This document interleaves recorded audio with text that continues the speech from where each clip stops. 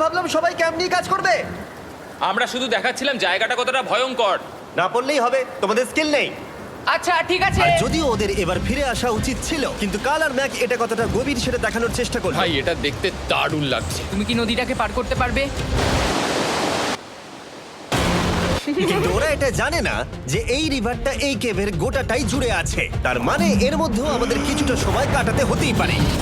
ওই তো ওরা এসে গেছে। এসো। তোমরা রান্না করে রেখেছো তো? হ্যাঁ, রান্না করেছি। ঠিক বলেছ।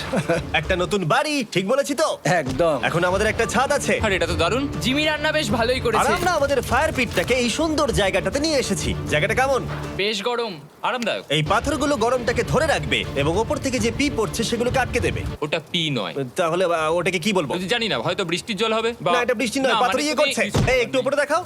তুমি মেঘ দেখতে পাচ্ছো? পাথর দেখা যাচ্ছে। এটা বৃষ্টি নয়, রক পি। Rock P. ঠিক আছে, রক পি। ঠিক আছে, এটা